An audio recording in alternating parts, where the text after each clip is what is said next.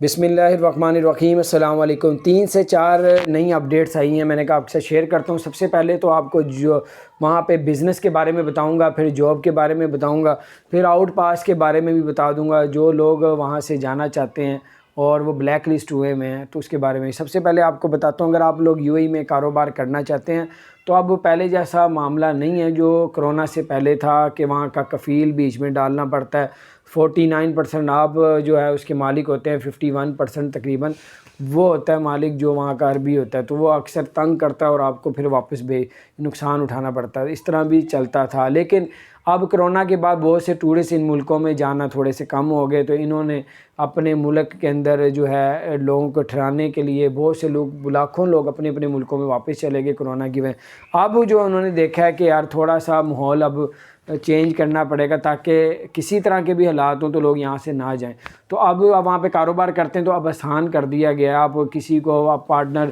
بنانے کے بغیر بھی آپ لوگ کاروبار کر سکتے ہیں۔ کچھ کیٹیگریز رکھی ہیں پیسوں کی، اتنے پیسے لگائیں گے تو بغیر کفیل کے اب خود کفیل ہوں گے۔ دوسری یہ ہے کہ آپ جاب وغیرہ اگر آپ لیتے ہیں تو اپنے ملک سے ہی جاب والا ویزا لے کے کوشش کریں اس میں ہی جائیں۔ ٹورسٹ ویزے میں بڑی محنت کرنی پڑتی ہے، پھر بھی پتہ نہیں ہوتا کہ ویزا ملتا ہے یا نہیں ملتا۔